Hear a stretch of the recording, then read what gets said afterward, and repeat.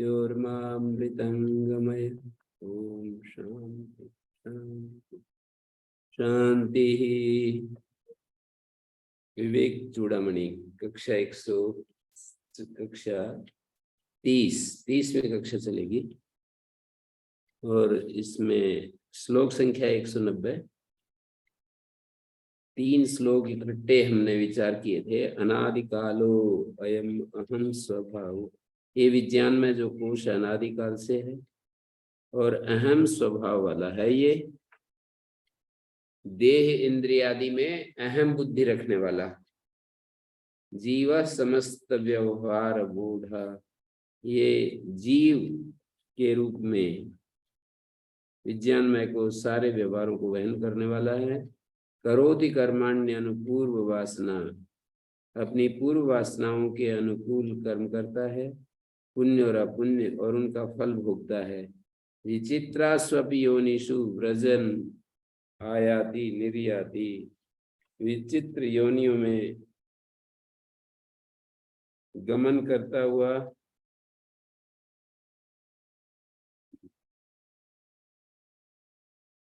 विचित्रासु योनिषु व्रजन आयाति निर्याति अध ऊर्ध्वमेश, ये विज्ञान को ऊपर नीचे गमन करता है, आगमन करता है, निर्गमन करता है। अस्य विज्ञानमय जागृत स्वप्नाद्यवस्था, इसकी ही ये तीनों अवस्थाएं होती है, जागृत अवस्था, स्वप्न अवस्था, सुसुप्त अवस्था विज्ञान में को उसकी। और सुख दुख भोग वाला यही विज्ञान में कोश होता है। सुख दुख, सुख और दुख का भोग है जिसका, सुख दुख भोग, सुख दुख के भोग वाला यही होता है।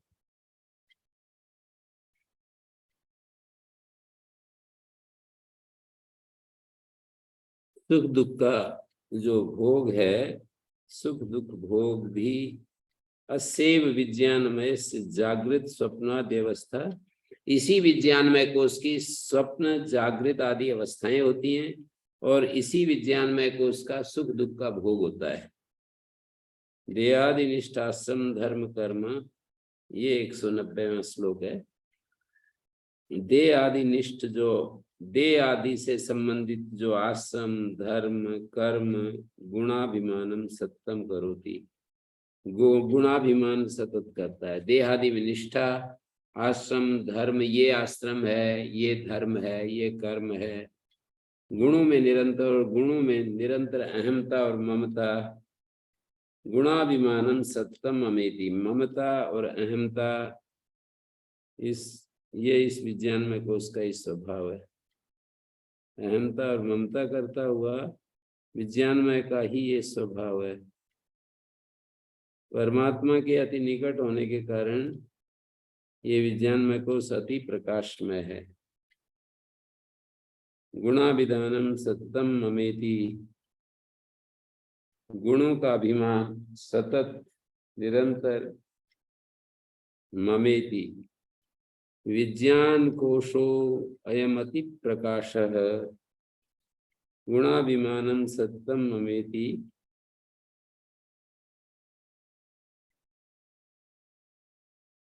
विज्ञान कोशोऽयम् अति प्रकाश, प्रकृष्ट सानिध्यवसात् परात्मनः, अतो भवत्येष उपाधिरस्य यदात्मधि संसरति भ्रमेण। परमात्मा के अति निकट होने के कारण ये विज्ञानमय कोश अति प्रकाश में है। विज्ञानमय कोशोऽयम् अति प्रकाश है। प्रकृष्ट सानिध्य, परमात्मा का प्रकृष्ट सानिध्य होने के कारण, अति निकट होने के कारण ये प्रकाश स्वरूप है विज्ञानमय कोश। अतो भवते स उपाधि से, इसलिए इस परमात्मा की ये उपाधि बन जाता है। अति प्रकाश वाला है, अति निकट होने के कारण विज्ञानमय कोश प्रकाश में, इसलिए आत्मा का ये कोश उपाधि बन जाता है। यदात्मधि संसरति भ्रमेण, और ये विज्ञानमय कोश भ्रमेण संसरती, भ्रांति से जन्म मरण रूप संसार चक्र में पड़ रहा है। भ्रांति के कारण, मतलब ये इसलिए यह आत्मा का उपाधि है। यदात्म जी, जिसमें आत्मबुद्धि करके ये जो विज्ञान में कोश है उसी में आत्मबुद्धि हो जाती है और भ्रमवश संसरण करता है, जन्म मरण के प्रवाह में से गुजरता है। यदात्मधि संसरति क्रमेण, ये इतनी सारी बातें विज्ञानमय कोश के बारे में बताई। सुख दुख का अनुभव, देहादि में निष्ठा मानी, शब्द से चक्षुरादि इंद्रिय, प्राण का परिग्रह, ये सब हम ग्रहण करेंगे। ब्रह्मचर्य आदि आश्रम, देहादि, आदि जो शब्द है देहादि निष्ठा, तो देहादि में आदि शब्द से क्या लेंगे? चक्षुर, देह और पांचों इंद्रियां, जैसे आंख, नासिका, कर्ण, रसना और त्वचा, ये सब देह आदि में जो आदि शब्द पड़ा है उसमें, और प्राण जो हमारे शरीर में काम कर रहा है, तो देह आदि में निष्ठा, ब्रह्मचर्य आदि आश्रम, मनुष्यत्व, ब्राह्मणत्व आदि धर्म, और आना जाना रूप लौकिक, और मंत्रोच्चारण आदि वैदिक कर्म। लौकिक वैदिक कर्म जैसे कहीं खेत में जाना, वहां से वापस आना, वैदिक कर्म यज्ञ याग आदि करना। हरस्व दीर्घत्व आदि गुण, और सौगुण्य वैगुण्य आदि गुण, इन सभी में सर्वदा अहमता ममता का विज्ञानमय कोश ही करता है। ये विज्ञानमय कोश स्वयं तो अचेतन है, क्योंकि वो आत्मा से प्रकाशित है। चेतन के समान होने का कारण है चेतनस चेतनानाम, चेतनों का भी चेतन है। चेतनस चेतनानाम, चेतनों का भी जो चेतन, निर्मल असंग और चित्त रूप परमात्मा के अति निकट होने के कारण ये विज्ञानमय कोश अति प्रकाशमान है। निर्मल असंग और चित्त रूप परमात्मा के अति निकट होने के कारण ये विज्ञानमय कोश प्रकाशमान है, अति प्रकाशमान है। भाव यह है कि अन्य इंद्रियों में चैतन्य के साक्षात संबंध का अभाव है, किंतु इस बुद्धि में चैतन्य का साक्षात प्रतिफलन होता है। तो निर्मल असंग चित्त रूप परमात्मा के अति निकट होने के कारण ये विज्ञानमय कोश अति प्रकाशमान है। निर्मल असंग और चित्त रूप परमात्मा के निकट होने के कारण प्रकाशमान है। अन्य इंद्रियों में चैतन्य के साक्षात संबंध का अभाव है। जैसे आंख में चैतन्य का साक्षात संबंध नहीं है, बुद्धि के द्वारा संबंध है। कान के साथ, रसना के साथ, घ्राण इंद्रिय के साथ, त्वचा इंद्रिय के साथ, मन के साथ भी साक्षात संबंध नहीं, मतलब बुद्धि के साथ साक्षात संबंध है। इस बुद्धि में चैतन्य का साक्षात प्रतिफलन होता है। तो अति निकट कहा, वो विज्ञानमय कोश परमात्मा के अति निकट होने के कारण, मानी बुद्धि परमात्मा के निकट होने के कारण आत्मा का कोश मानी उपाधि है। जैसे तलवार म्यान में रहती है, कोश में रहती है, इसी तरह से परमात्मा इस कोश में रहता है। ये जो बुद्धि रूपी कोश है, इसमें परमात्मा का वास है, तो उपाधि है। आत्मा का कोश उपाधि है ये। तो कर्तृत्व भोक्तृत्व आदि का निवास स्थान जो जीवत्व है उसका मूल कारण यही है, कर्तृत्व भोक्तृत्व आदि का निवास स्थान। तो इस उपाधि में आत्मबुद्धि करने वाला पुरुष, ये जो उपाधि है इसमें आत्मबुद्धि करने वाला पुरुष जो है, भ्रांति से जन्म मरण रूप संसार में भटकता रहता है। तो यहाँ ये बात कह दी। ओम गुरु जी। जी। तो यहाँ अहम भाव गुरुजी जो अहंकार से आता है, वो उसको हम अलग लेंगे यहाँ बुद्धि से, क्या इसी को इसी में जोड़ रहे हैं? अहम भाव तो इस विज्ञान में कोष के द्वारा ही अहम भाव कर लिया जाता है ना। उसी अहंकार तो बुद्धि का अंतःकरण का ही एक व्यापार है ना। जी जब वो निश्चय करता है तो वो बुद्धि कह देते हैं, जब स्मरण करता है पिछली बातों को तो चित्त कह देते हैं, जब कोई नई कामना करता है तो मन कह देते हैं, और जब किसी चीज के साथ मैं और मेरे का संबंध जोड़ता है वो अंतःकरण, तब उसको अहंकार कह देते हैं। वस्तु एक ही है, उसको अलग अलग क्रियाओं के आधार पर नाम अलग अलग दे दिए। ऐसा नहीं कि हमारे भीतर कोई एक ऐसा खाना है जहाँ बुद्धि है, दूसरे खाने में चित्त है, तीसरे खाने में मन है, चौथे खाने में अहंकार है। ऐसा न होकर के उस एक ही तत्व को अलग अलग क्रियाएं और व्यापार जब किए जाते हैं तो उनको इन अलग अलग नामों से पुकारा जाता है। जी गुरुजी, जो न वो ठीक है, जो बुद्धि का और अहंकार का गुण है वो दोनों इसमें विज्ञान में के उसमें आए हुए हैं गुरुजी। हाँ जी, हाँ जी। हाँ। और ये जो अत्यंत प्रकाश में हो जाता है, प्रकाशमान हो जाता है गुरुजी, तो ये अपने इसकी सत्व गुण की तो बात नहीं कर रहे। परमात्मा अत्यंत प्रकाश स्वरूप है और बुद्धि स्वयं अत्यंत सत्व स्वरूप है।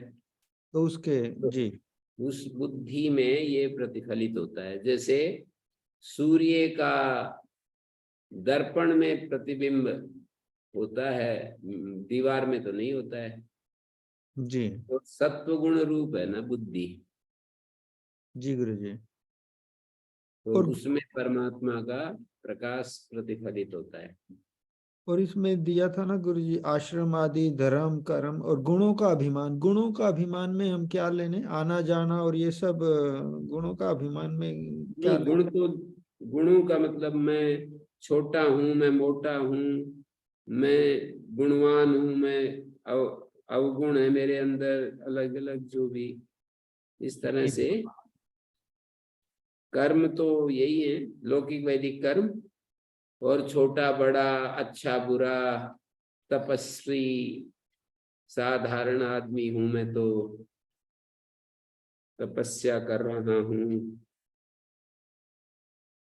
तो इन सब में अहमता ममता विज्ञान में कोशिश करता है। तो अहमता ममता भी और निश्चय करने का गुण भी, जैसा ज्ञान होता है वैसा निश्चय होता है, और उसी के अनुसार अहमता ममता भी होती है कि मैं ये हूँ वो हूँ। जी जी गुरु जी। जैसे पद आदि भी गुणों में ही आएंगे ना। जो पद होते हैं कि मैं प्रधानमंत्री हूँ या मैं सन्यासी हूँ, जी ये जी ब्राह्मणत्व आदि धर्म बता दिए, और चलना फिरना आदि कर्म, और गोरा काला आदि भी तो गुण ही होते हैं ना। मैं गोरा हूं, मैं काला हूं, मैं छोटा हूं, मैं बड़ा हूं, मेरी हाइट इतनी है, मेरी हाइट कम है, और मेरे अंदर विशेष गुण नहीं है, मेरे अंदर ये विशेषताएं हैं।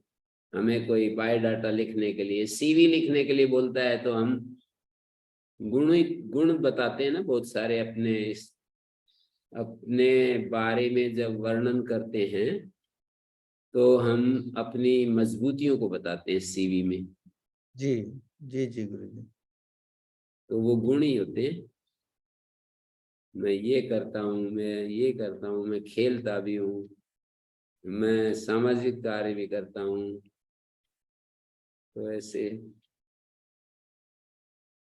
मैं के साथ उसका संबंध जोड़ देता है।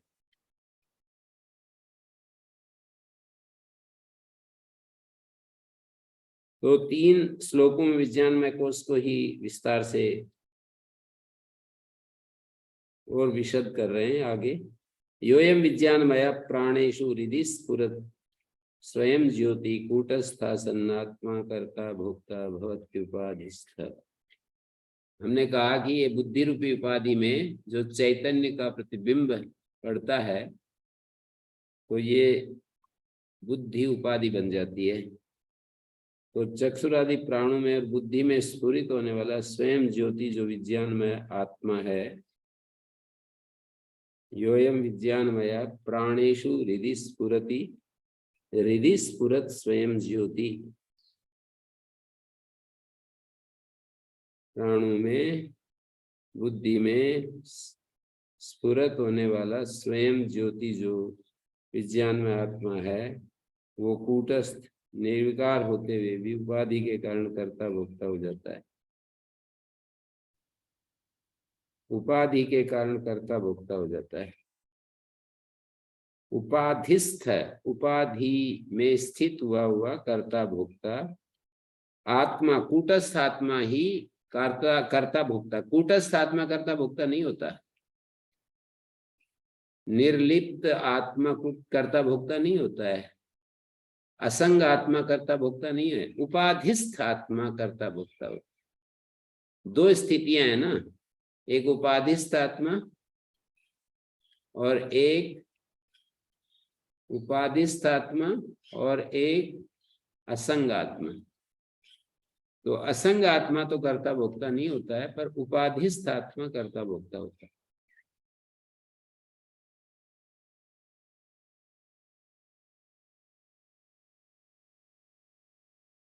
हमारी समस्त जो असंगता है इससे, उपाधि से, वो असंग आत्मा है।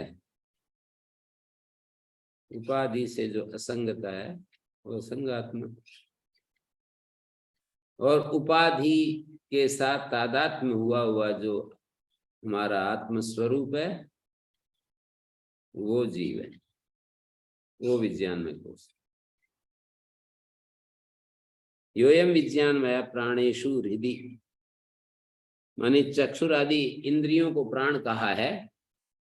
संस्कृत में, हमारे वैदिक साहित्य में, उपनिषद आदि में जो प्राण शब्द का प्रयोग किया है, वो प्राण अपान व्यान आदि के लिए भी होता है और इंद्रियों के लिए भी होता है। तो योयम विज्ञानमय प्राणेषु मानी चक्षुरादि इंद्रियों में, और हृदि, हृदि का मतलब बुद्धि में। दो दो है ना, प्राणेषु तो इंद्रियों में और हृदि मानी बुद्धि में। तो स्फुरत स्वयं ज्योति, कूटस्थ आत्मा, स्वयं ज्योति जो कूटस्थ आत्मा है वो कर्ता भोक्ता हो जाता है। स्वयं ज्योति स्वरूप जो आत्मा है, जो किसी उधार नहीं लेता है ज्योति, तो बुद्धि में स्फुरित होने वाला और प्राणों में स्फुरित होने वाला, इंद्रियों में स्फुरित होने वाला स्वयं ज्योति कूटस्थ आत्मा कर्ता भोक्ता हो जाता है, उपाधि। ओम गुरुजी, तो यहाँ तो ये कुटस्थ आत्मा को ही कर्ता भोक्ता बता दिया ना गुरुजी? नहीं नहीं नहीं, कूटस्थ होता हुआ फिर उपाधिस्थ कर्ता भोक्ता, कूटस्थ होता हुआ भी उपाधिस्थ कर्ता भोक्ता भवति, ऐसा वाक्यार्थ है। यहाँ पर कूटस्थ आत्मा सन्न अपि, अपि का और जोड़ लीजिए, कूटस्थ होता हुआ भी उपाधिस्थ जो है कर्ता भोक्ता हो जाता। वाक्य देखिए, कूटस्थ होता हुआ भी उपाधिस्थ कर्ता भोक्ता हो जाता है। माने यह कहना चाह रहे हैं कि ये वास्तव में तो स्वयं ज्योति कूटस्थ है, लेकिन ऐसा होता हुआ भी उपाधिस्थ हुआ हुआ कर्ता भोक्ता हो जाता है। उसका तात्विक स्वरूप तो कूटस्थ है, कूट तिष्ठति, कूट की तरह जो ठहरा, कूट के समान जो स्थिर है उसे कूटस्थ कहते हैं। लोहार का जो आयरन है उसको कूट कहते हैं, जिसके ऊपर दूसरा लोहा कूटा जाता है। नीचे वाले लोहे को कूट कहते हैं, वो स्थिर रहता है, ऊपर वाला लोहा बढ़ता रहता है, घटता रहता है। दूसरी ऊपर वाली धातुएं तो परिवर्तित होती रहती हैं, ये तो वैसा का वैसा रहता है। तो कूट के समान ये विज्ञानमय कोश कूटस्थ है और स्वयं ज्योति है। ये स्वयं ज्योति है मानी स्वयं प्रकाश है, उपाधि के कारण कर्ता भोक्ता हो जाता है। मानी अयोघन की तरह ये निर्विकार, कूटस्थ शब्द का मतलब हो गया निर्विकार, इसमें कोई परिवर्तन नहीं होता। ऊपर वाले लोहे में परिवर्तन होता है पर कूट में परिवर्तन नहीं होता। तो निर्विकार शब्द को बताने, निर्विकार बताने के लिए उसको कूटस्थ कह रहे हैं। ज्ञान और क्रिया आदि उपाधि से युक्त होकर बुद्धि के साथ तादात्म्य अभिमान करने के कारण कर्ता भोक्ता हो जाता है। नमस्ते आचार्य जी। जी आचार्य जी, जो पंच कोशों में आनंदमय कोश है वो सबसे पास में रहता है आनंद आत्मा के, तो उसको छोड़ के इसको अभी विज्ञानमय कोश को ये कर रहे सारे वर्णन। हाँ, तो आनंदमय कोश में तो कर्ता भोक्ता तो यही है, लेकिन वो जो हमें आनंदमय कोश मानी उस आनंदमय कोश के कारण ही आनंद का तारतम्य का अनुभव होता है, सुख के तारतम्य का अनुभव होता है। तो उसका भी वर्णन आएगा, उसका भी आगे वर्णन आएगा, देखिएगा थोड़ा सा आगे बढ़ेंगे ना तो आनंदमय कोश की भी बात आएगी। अभी तक 4 कोशों का वर्णन हो गया है, अन्नमय कोश, प्राणमय कोश, मनोमय, विज्ञानमय कोश। इसमें 192 193 श्लोक में भी और उसी को कह रहे हैं। यहाँ गुरुजी, ओम गुरुजी, यहाँ मतलब यही नहीं आ रहा कि ये निर्विकार आत्मा उपाधि से जुड़ा होने के कारण कर्ता भोक्ता हो जाता है, या वो तो निर्विकार आत्मा है, उपाधि युक्त ये जो बुद्धि ही कर्ता भोक्ता है। मतलब यहाँ तो क्या करता भोक्ता, मतलब बुद्धि में चैतन्य की उपस्थिति के कारण, जी बुद्धि में चैतन्य की उपस्थिति है और बुद्धि का प्रतिफलन उसमें है और बुद्धि चैतन्य जैसी हो जाती है। उसको तो जी ये कहते हैं निर्विकार आत्मा होता हुआ भी क्योंकि उसका चैतन्य बुद्धि के साथ तादात्म्य हो गया, बुद्धिस्थ हो गया, बुद्धि में प्रतिबिंबित हो गया, तो बुद्धि में प्रतिबिंबित हुआ वो कर्ता भोक्ता होता है। जिसको मतलब आपका प्रश्न ये है कि आत्मा कर्ता भोक्ता होता है या बुद्धि कर्ता भोक्ता होता है। पर जी बुद्धिस्त आत्मा कर्ता भोक्ता, यहाँ पर बुद्धिस्त आत्मा जब कहते हैं तो बुद्धि तो अलग अलग है, आत्मा तो एक ही है।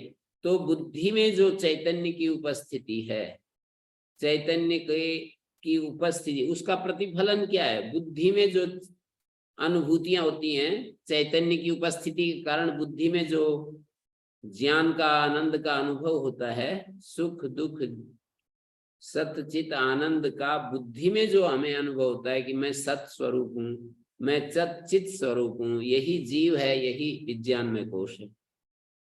मतलब जब वो कूटस्थ या निर्विकार है तो कोई भी किसी प्रकार का पृथक से अनुभव नहीं होता है कि मैं ऐसा हूं वैसा हूं, मैं शुद्ध बुद्ध मुक्त स्वभाव हूं। ये अनुभव भी बुद्धि में उपस्थित, बुद्धि में ही होते हैं। ये सारे अनुभव भी, कर्ता भोक्ता के अनुभव भी बुद्धि में ही होते हैं, सुख दुख के अनुभव भी बुद्धि में ही होते हैं, और अच्छे बुरे के अनुभव भी बुद्धि में ही होते हैं, और किसी चीज के साथ तादात्म्य जो होता है वो भी बुद्धि में ही होता है। जी गुरुजी जी। तो कर्ता भोक्ता भवती उपाधिस्थ, उपाधिस्थ शब्द डाला, उपाधि में स्थित जो ये जो कूटस्थ निर्विकार आत्मा उपाधिस्थ हुआ कर्ता भोक्ता हो जाता है। इसका मतलब है कि वास्तव में आत्मा तो कर्ता भोक्ता नहीं, पर उपाधिस्थ, उपाधि में जो उसकी चैतन्य की जो उपस्थिति है वो कर्ता भोक्ता। जैसे कोई व्यक्ति किसी जानकार को पूछे कि इस नाम का वृक्ष कहाँ पर है, कोई कहे कि इस नाम का, अमुक नाम का कदम्ब नाम का वृक्ष कहाँ है, पीपल नाम का वृक्ष कहाँ है, निम्ब नाम का वृक्ष कहाँ है, ऐसा कोई पूछे तो वो जानकार व्यक्ति कहता है कि पाषाणे वृक्ष, ये अमुक वृक्ष तो पाषाण में है, मतलब पत्थरों के बीच में खड़ा है, ऐसे जवाब देगा। पाषाण जो शिला है उसमें है ये वृक्ष। तो पहली दृष्टि में तो ये चीज ठीक प्रतीत नहीं होती है कि वृक्ष की उत्पत्ति तो भूमि में होती है, पाषाण में वृक्ष कैसे बता दिया। तो पाषाण पर नहीं तो पाषाण शिला में वृक्ष कैसे हो सकता है, भूमि में उत्पन्न होती है, शिला पर थोड़ी होती है। तो ऐसी बात नहीं, पाषाण वृक्ष, इस कथन का तात्पर्य यही होता है कि पाषाण शिला के समीप में वृक्ष है।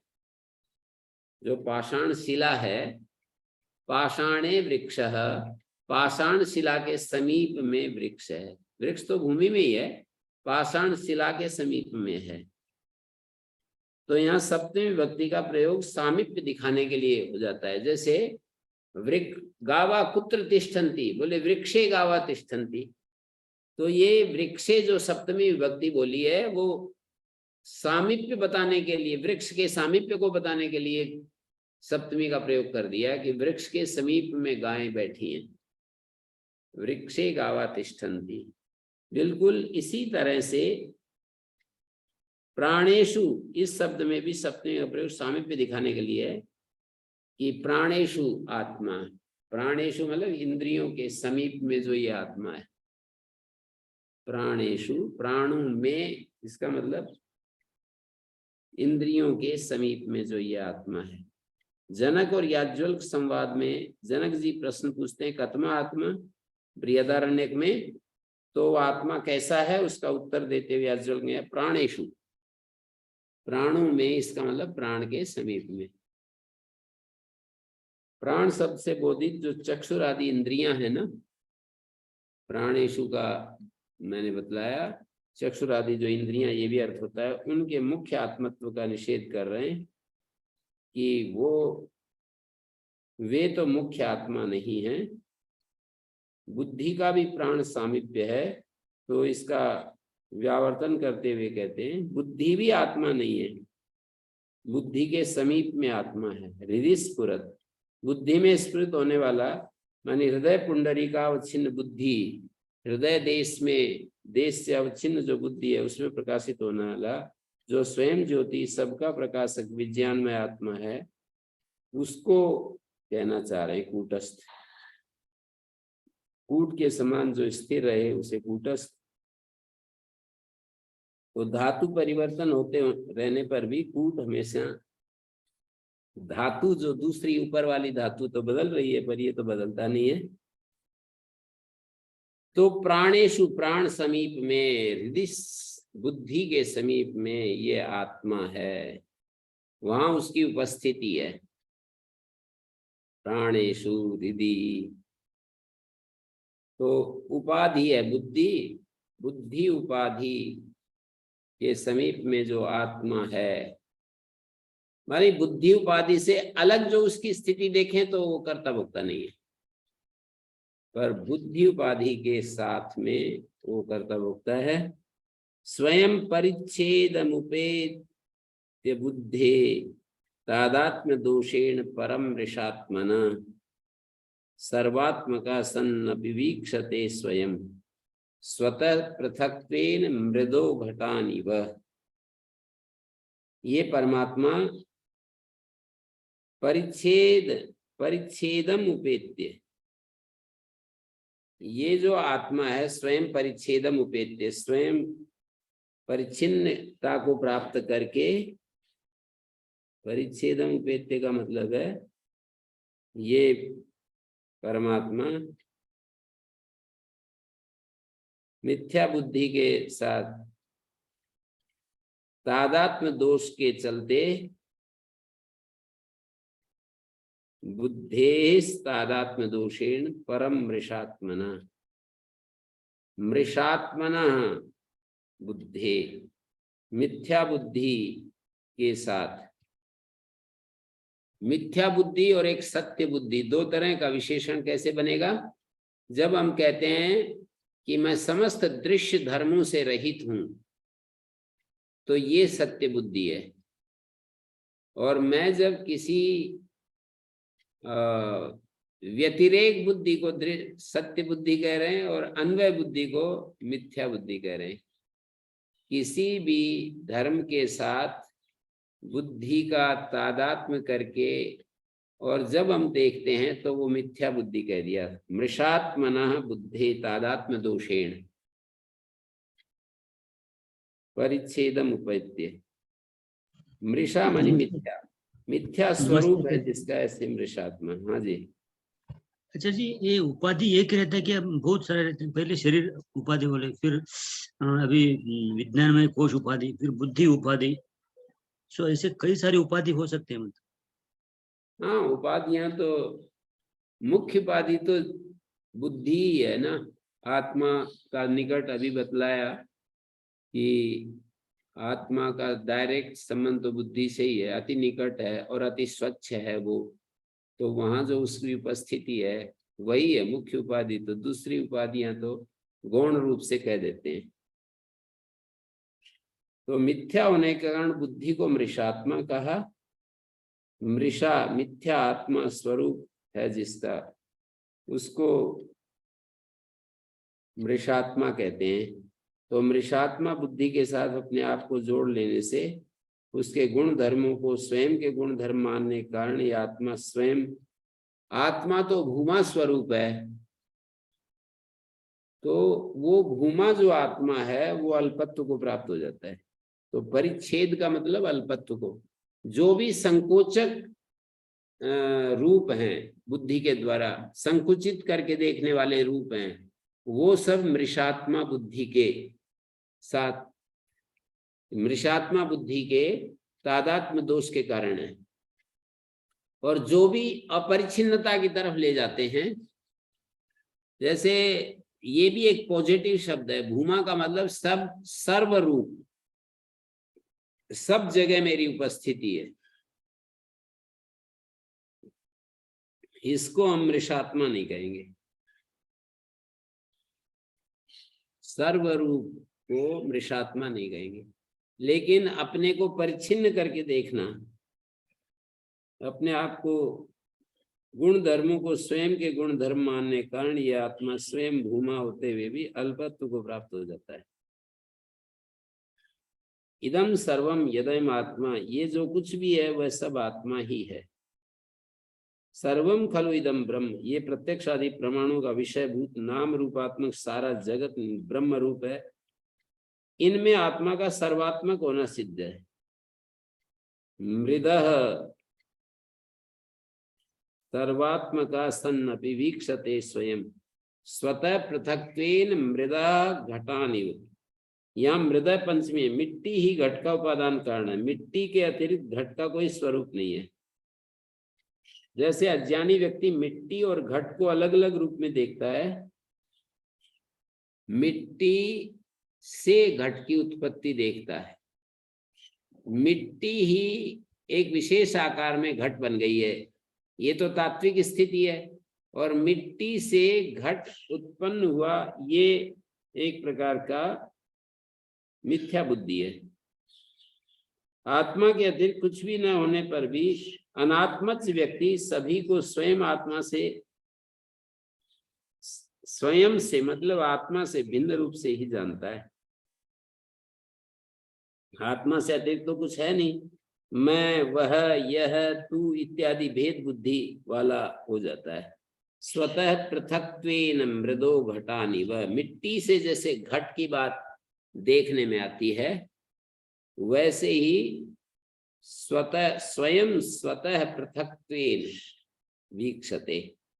सर्वात्मक होता हुआ भी ये विज्ञान में कोश या बुद्धिस्थ आत्मा जो है वो सर्वात्मक होते हुए भी स्वयं स्वतः पृथक्त्वेन वीक्षते, पृथक्त्व से देखने लगता है। सर्वात्मक होता हुआ भी, जैसे मिट्टी और घट में भेद बुद्धि हो जाती है, अज्ञानी व्यक्ति को मिट्टी से घट उत्पन्न हो रहा है, अज्ञानी व्यक्ति को जैसे ये भेद बुद्धि उत्पन्न हो जाती है, वैसे ही कह रहे हैं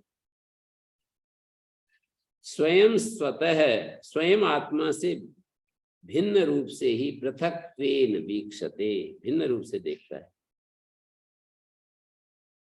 बहुत ही सुंदर वर्णन है।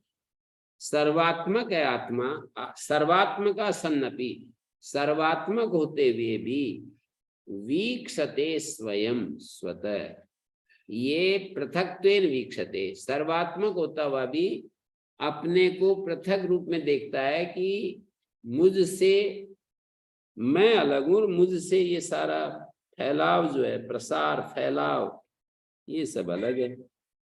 तो ऐसा यहाँ पर जो है ऐसा कहना चाह रहे हैं कि स्वयं परिच्छेदमुपेत्य बुद्धे तादात्म्य दोषेण परम ऋषात्मना सर्वात्मका सन्नपि वीक्षते स्वयं, सर्वात्मक होते हुए भी स्वयं वीक्षते स्वतः पृथक्त्वेन मृदो घटानिव, जैसे मिट्टी है वो घट के समान, मिट्टी से घट के समान सभी को अपने से पृथक रूप से देखता है। कूटस्था सन आत्मा, पीछे एक श्लोक में कहा निर्विकार जो आत्मा है सविकारत्व, निर्विकार होता हुआ अभी सविकार हो गया है। तो यहाँ दृष्टांत से बताते हैं उपाधि संबंध वशात परात्मा उपाधि धर्मान अनुभाति सत्तद्गुण अयो विकारान अविकारिवन्निवत, लोहे के विकारों से व्याप्त जो अविकारी अग्नि है, अग्नि तो विकार रहित है, पर अयसह विकारा अयो विकारा, लोहे के जो विकार हैं, लोहे के विकार माने जैसे लोहे के विकार क्या हो सकते हैं, लोहा गोल है, लोहा चौकोर है, लोहा त्रिकोण है, सहस्त्रभुज है, हजार भुजों वाला लोहा हम बना सकते हैं, अनंत भुजों वाला बना सकते हैं। तो जैसे लोहे को हम विकार रूप में देखते हैं, परिवर्तित रूप में, लोहा एक रूप था, ईंट के आकार में था, उसको हमने अलग अलग बहुत सारे रूप बना दिए। तो दीर्घत्व वर्तुलत्व आदि जो लोहे के विकार है, अग्नि के संपर्क में आने से अग्नि के समान रक्त वर्ण के हो जाते हैं। वो लोहे के विकार जो हैं वो निर्विकार अग्नि के संपर्क में आकर के और वो रक्त वर्ण के दिखते हैं, माने अग्नि के दाहकत्व नामक गुण से भी युक्त हो जाते हैं। अग्नि के आज जो दाहकत्व गुण है वो भी उनमें आ जाता है। तो दग्ध लोह पिंड को देखकर, जलते हुए लोह पिंड को देखकर लोग कहते हैं कि अग्नि दीर्घ है, ये अग्नि चौकोर है, ये अग्नि ईंट के आकार की है, ये अग्नि, मानी जैसा लोहा का आकार वैसे अग्नि का आकार दिखने लगता है। वस्तुतः अग्नि निर्विकार है। लोह पिंड के दीर्घत्वादि विकारों से अग्नि कभी भी विकारी नहीं होती है। अग्नि गोल नहीं बनती है, अग्नि त्रिकोण नहीं बनती, अग्नि सहस्त्रकोण नहीं बनती, लेकिन वो लोहे के साथ संपर्क से अग्नि को ऐसा कह दिया जाता है। इसी तरह से परमात्मा भी उपाधि के संबंध के कारण उन उपाधियों के गुणों से युक्त कह दिया जाता है। स्वयं तो वो एकदम निर्विकार है। तो उपाधि के जो कर्तृत्व भोक्तृत्व आदि धर्म है, ये तो उपाधि के ही कर्तृत्व, लोहा का ही धर्म है, वर्तुलत्व, गोलाकार, त्रिकोणाकार, अष्टभुजाकार, ये सब लोहे के धर्म है। अग्नि तो त्रिकोण अष्टभुज इत्यादि नहीं होती, पर उसके संबंध से ये हो जाते हैं। तो बुद्धि जो उपाधि है वही कर्तृत्व भोक्तृत्व से युक्त होती है, लेकिन चैतन्य के चलते, चैतन्य जब बुद्धि में प्रतिबिंबित हो रहा है तो निर्विकार चैतन्य ही कर्ता भोक्ता के रूप में प्रतीत होने लगता है। निर्विकार चैतन्य ही बुद्धि में स्थित होने के कारण सविकार जैसा दिखने लगता है। सविकार होता नहीं, सविकार जैसा दिखने लगता है। तो उन उपाधियों के गुणों से युक्त होकर उपाधि के जो कर्तृत्व भोक्तृत्व आदि धर्म है उन धर्मों वाला प्रतीत होने लगता है। तो इसी बात को श्रुति में बृहदारण्यक में कहा है, ध्यायतीव लीलायतीव। ये आत्मा मानो की ध्यान कर रहा है, ये आत्मा मानो की क्रीड़ा कर रहा है। आत्मा तो न ध्यान करता है न क्रीड़ा करता है। बुद्धि ध्यान करती है, बुद्धि खेल खेलती है, लेकिन आत्मा की उपस्थिति के चलते, जैसे अष्टभुज, त्रिकोण, वर्तुल, वर्तुलत्व माने गोलाकार, ये सब तो लोहे के धर्म है। पर अग्नि के संपर्क से लोहा में जो धर्म थे वो लोहे के धर्म अग्नि में आ गए और अग्नि के धर्म लोहे में चले गए। अग्नि के जो धर्म था उष्णत्व, दग्धृत्व, वो लोहे में चला गया। ऐसे आत्मा का जो चिद रूपता है वो बुद्धि में चली गई और बुद्धि का जो कर्तृत्व भोक्तृत्व है वो आत्मा में आ गया। बुद्धि की जो कर्तृत्व भोक्तृत्व आदि स्थिति है वो तो आत्मा में आ गई।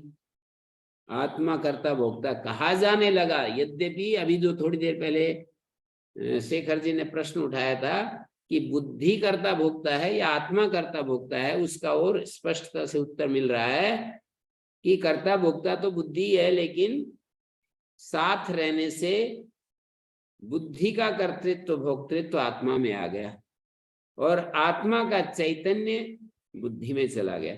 तो जैसे अष्टभुज, त्रिभुज, वर्तुलत्व आदि लोहे के धर्म है, लेकिन अग्नि में भी आ जाते हैं, निर्विकार अग्नि में भी, कि अग्नि जो है त्रिकोण दिखाई दे रही है, अग्नि अष्टभुज दिखाई दे रही है, अग्नि ऐसी दिखाई दे रही है, हम ऐसा बोलते हैं व्यवहार में।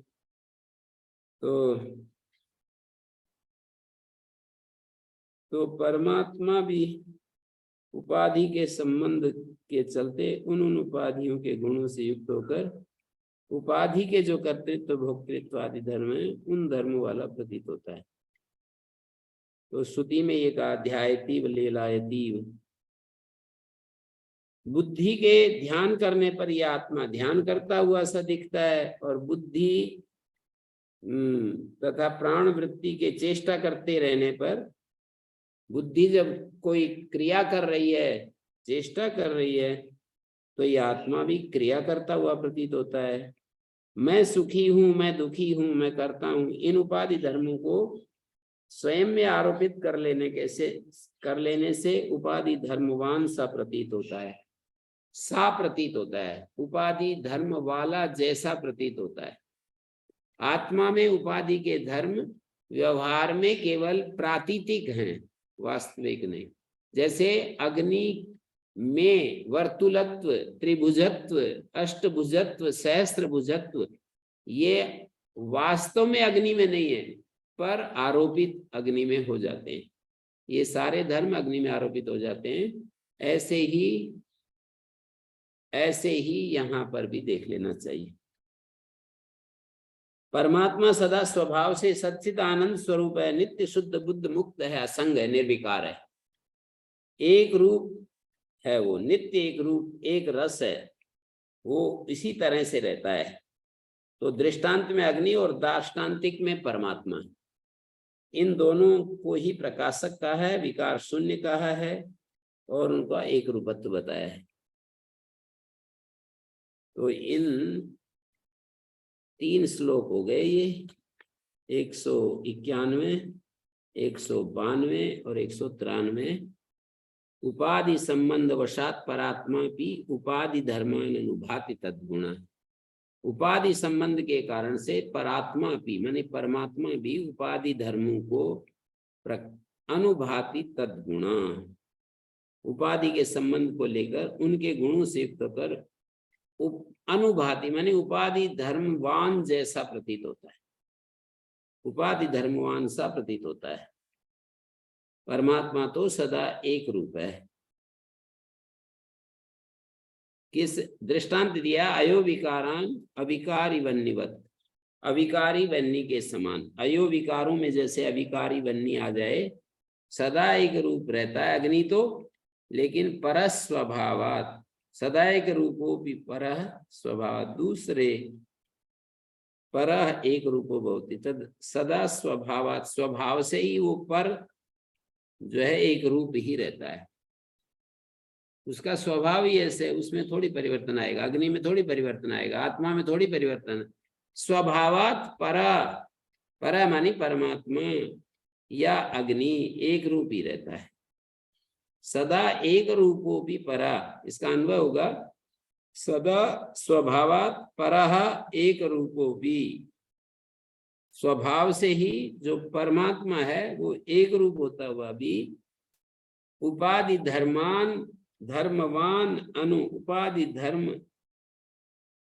धर्मान अनुभाति तद्गुण, मानी उपाधि संबंध को लेकर के तद्गुण उपाधि गुण वाला होता हुआ उपाधि धर्मान अनुभाति, उपाधि धर्मों के समान ही प्रतीत होता है। उपाधि धर्मान अनुभाति तद्गुण,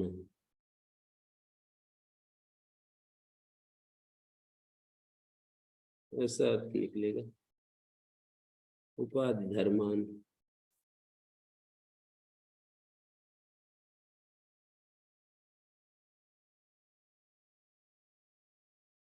शिष्य ने प्रश्न किया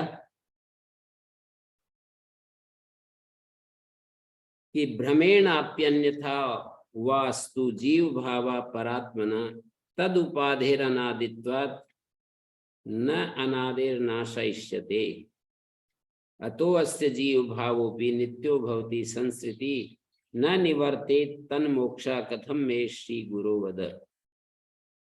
तो बड़ा अच्छा प्रश्न है। श्री गुरु, हे श्री गुरु, कृपा करके मेरे को उपदेश दो। क्या? परमात्मा का जीव भाव चाहे भ्रम से हो या वस्तुतः हो, भ्रमेण अपि अन्यथा वा अस्तु, भ्रम से हो, अन्यथा का मतलब स्वभाव से ही हो, तात्विक अवस्था से ही हो। परमात्मा का जीव भाव चाहे भ्रमेण, भ्रम के कारण हो, अन्यथा वा, अन्यथा का मतलब है स्वभाव से ही हो।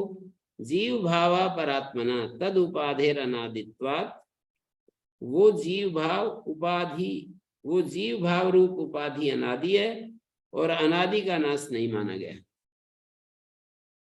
अनादि का जो नाश है वो नहीं माना गया। वह जीव भाव रूप उपाधि अनादि है और अनादि का नाश नहीं माना गया। तद उपाधे अनादित्वात् न अनादिर नाशयिष्यते, और अनादि का नाश नहीं माना गया है। मतलब जो जीव भाव है वो अनादि से है, और अनादि जो है अनंत भी होना चाहिए, तो जीव भाव तो कभी नहीं छूटेगा। ऐसा प्रश्न कर रहे हैं। जो चीज अनादि होती है वो अनंत भी होती है, ये प्रश्न उठा रहे हैं। जैसे कि स्वाभाविक रूप से मन में आता ही है कि भाई ये बुद्धि भी अनादि है और जीव भाव भी अनादि है और ये संबंध भी अनादि है, तो ये फिर शांत कैसे हो जाता? तो भ्रम से हो या वास्तव में हो, जीव भावा परात्मना, परमात्मा का जो जीव भाव है वो भ्रमवश हो या अन्यथावा का मतलब है वास्तविक हो, तद उपाधेर अनादित्वात्, वो तो उपाधि के कारण से है। तद उपाधे अनादित्वात्, अनादे नासा न इष्यते और न अनादेर नासा इष्यते, अतो अस्य जीव भावोपि नित्यो भवति संस्कृति। तो जन्म मरण रूप संसार की निवृत्ति नहीं होगी फिर। अतो अस्य, जो परमात्मा का जीव भाव भी नित्य है, तब तो जन्म मरण रूप संसार की निवृत्ति हो ही नहीं सकती। अतो अस्य जीव भावोपि नित्यो भवति संस्कृति न निवर्तेत। तो अब ये मोक्ष कैसे होगा? न निवर्तेत, नहीं हट पाएगा। कथम मे श्री गुरु वद, हे सद्गुरु कृपा करके मुझे उपदेश दीजिए कि कैसे ये तो निवृत्त होगा नहीं, तन मोक्षा कथम में, मेरा मोक्ष कैसे हो पाएगा, क्योंकि ये जो जीव भाव है तो अनादि हो गया और स्वभाव से है या तत्वतः है, अनादि उपाधि के कारण है, उपाधि अनादि, अनादि का नाश नहीं होता, अतोस्य जीव भावोपि नित्यो भवति संसित। तो जन्म मरण रूप जो संसार है, संस्कृति रूप जो संसार है, इसकी निवृत्ति नहीं होगी, जीव भाव भी नित्य होगा, तो मेरा मोक्ष तो हो ही नहीं सकेगा। अनादिकालो यमहम स्वभाव, मानी पीछे भी आया है, विज्ञानमय कोश जिसे जीव की संज्ञा दी गई, अनात्मत्व, उसका अनात्मत्व सुना और गुरु के द्वारा इस उपाधि को अनादि कहा, अनादिकालोयम ऐसे बताया, तो शिष्य के मन में शंका हुई कि जीव भाव की जो उपाधि है उसे अनादि कह रहे हो। जीव भाव क्या है? आत्मा का बुद्धि में उपस्थित होना ही जीवत्व है, और ये जीव भाव की जो उपाधि है वो अनादि है। यदि वह उपाधि अनादि है तो जीव भाव भी अनादि हो गया, उपाधि अनादि तो जीव भाव भी अनादि, तो मुक्ति कैसे हो? तो सद्गुरु से प्रश्न किया है, गुरुदेव परमात्मा का जीव भाव भ्रम से हो या वस्तुतः हो, किंतु जिस उपाधि से सर्वोत्कृष्ट परमात्मा को जीव भाव की प्राप्ति हुई वह तो अनादि है, तो जैसे अनादि होने के कारण आत्मा का नाश नहीं हो सकता, उसी प्रकार अनादि होने से उपाधि का भी नाश नहीं होगा, तब तो परमात्मा का ये जीव भाव भी नित्य ही मानना पड़ेगा। तो यदि ऐसा मानेंगे तो उपाधि का अभाव न होने के कारण जन्म मरण रूप संसार चक्र की कभी निवृत्ति ही नहीं होगी। यदि इसी तरह से जन्म मरण चलता रहा तो फिर मुझे मुक्ति की प्राप्ति कैसे होगी? हे करुणा के सागर ये बतलाओ। तो गुरुजी कहते हैं, अब देखिए, सम्यक पृष्ठम त्वया विद्वन् सावधानेन तत्सुणु, सावधान होकर के सुनो। प्रश्न तो आपका सही है, प्रामाणिकी न भवति भ्रांत्या मोहित कल्पना, पूछा ठीक है, तो सावधान होकर सुनो, भ्रांति से मोहित पुरुषों की कल्पना यथार्थ नहीं होती है। प्रामाणिकी न भवति, प्रामाणिकी का मतलब यथार्थ नहीं होती है। भ्रांत्या मोहित कल्पना, भ्रांति से जो मोहित कल्पना होती है वो प्रामाणिकी नहीं होती है। भ्रांत्या प्रामाणिकी न भवति भ्रांत्या मोहित कल्पना, भ्रांति से मोहित पुरुषों की कल्पना यथार्थ नहीं होती है। भ्रांति के कारण जो मोहित हुआ पुरुष है उसके द्वारा की गई कल्पना ज्ञान शून्य माने अयथार्थ होती है, की गई कल्पना ज्ञान शून्य। भ्रांति के कारण जो मोहित हुए पुरुष हैं उनकी कल्पना तो अयथार्थ होती है, लेकिन जो जो जो एक प्रकार से जिनको ज्ञान हो रहा है, सही सही ज्ञान होता है, उनकी मोहयुक्त कल्पना नहीं होती है। भ्रांति से प्रामाणिक पुरुषों की कल्पना ठीक ही होती है। मोहित पुरुषों के द्वारा स्वयं को असंसारी होते हुए भी संसारी मानना रूप जो कल्पना है, मोहित पुरुषों के द्वारा असंसारी होते हुए भी जो संसारी मान लिया, ये मोह और भ्रांति मूलक है, इसलिए प्रामाणिक नहीं होती है, यथार्थ नहीं। प्रमाण के द्वारा उसे सिद्ध नहीं किया जा सकता है, क्योंकि भ्रम से प्रयोज्य जो मोह है, भ्रम के कारण जो मोह आ गया है, उससे मुग्ध जो पुरुष है उसमें सम्यक ज्ञान प्राप्ति का सामर्थ्य नहीं है।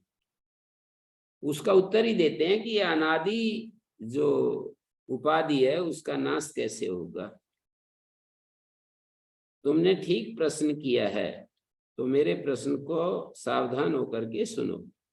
विषयांतर संचार रहित मन से सुनकर अपने हृदय में धारण करो। सावधान होकर सुनने का मतलब है किसी दूसरे विषय में मन को न लगाना। विषयांतर में संचार रहित मन से सुनकर अपने हृदय में धारण करो। तो भ्रांतिम विना असंगस्य निष्क्रियस्य निराकृतेः न घटेत अर्थ संबंधो नभसो नीलतादिवत्। असंग, निष्क्रिय और आकृति रहित जो आत्मा है, असंग आत्मा, निष्क्रिय आत्मा, आकृति रहित जो आत्मा है, उसका भ्रांति के बिना पदार्थ संबंध नहीं हो सकता।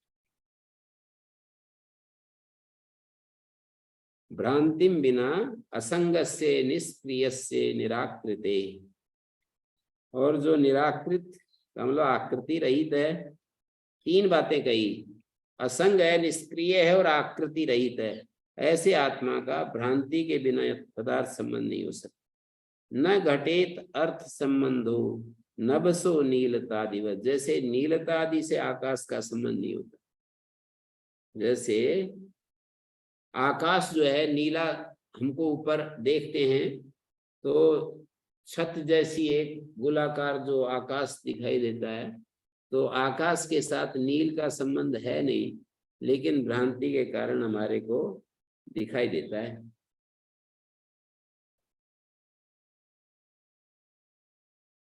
तो यहाँ पर असंगोयम पुरुष वसुधैव संग रहित है, निष्कलम निष्क्रियम शांतम, यह आत्मा कला और क्रिया से रहित है। अव्यक्तो एवं अचिंत्यो एवं अविकार्यो एवं उच्यते, ऐसा गीता में भी कहा। अव्यक्त, अनित्य, अचिंत्य, विकार्य है। तो आत्मा को निष्क्रिय का, उसकी आकृति नहीं है। न तस्य कार्यम करणम च विद्यते, उसका कोई शरीर नहीं और चक्षुरादि इंद्रियां भी नहीं। अस्थूलम मननु और अश्वम इत्यादि बृहदारण्यक में कहा, आत्मा न स्थूल है न अणु है। अस्थूल मननु और अश्वम, न ह्रस्व है न दीर्घ है न लोहित है, कोई गुण भी नहीं है उसमें। उसका दृश्य पदार्थों से संबंध बिना भ्रांति के नहीं हो सकता। दृश्य पदार्थों के साथ जो संबंध है वो बिना भ्रांति के नहीं हो सकता। तो स्थूल सूक्ष्म कारण, इन शरीरों में जो तादात्म्य, स्थूल शरीर, सूक्ष्म शरीर, कारण शरीर में जो तादात्म्य है, वो जो तादात्म्य है भ्रांति के बिना हो नहीं सकता है।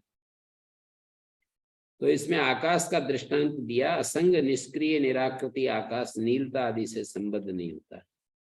शंकर भाष्य में भी एक जगह कहा, नीलम नभ, ऐसा जो प्रतीति होती है। प्रत्यक्षे भी आकाशे, आकाश तो सर्वथा प्रत्यक्ष आंखों से देखा ही नहीं जा सकता।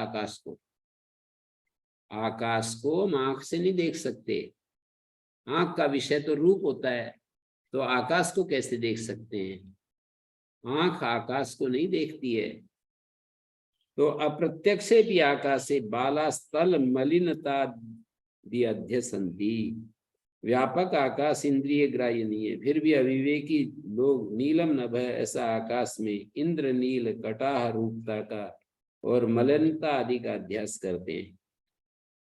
वो जो है नील है, मलिन है और एक कटाह की तरह दिखाई दे रहा है, एक बड़ा कटाह दिखाई दे रहा है पूरा, जैसे पूरा ये ब्रह्मांड जो है कड़ाही की तरह है।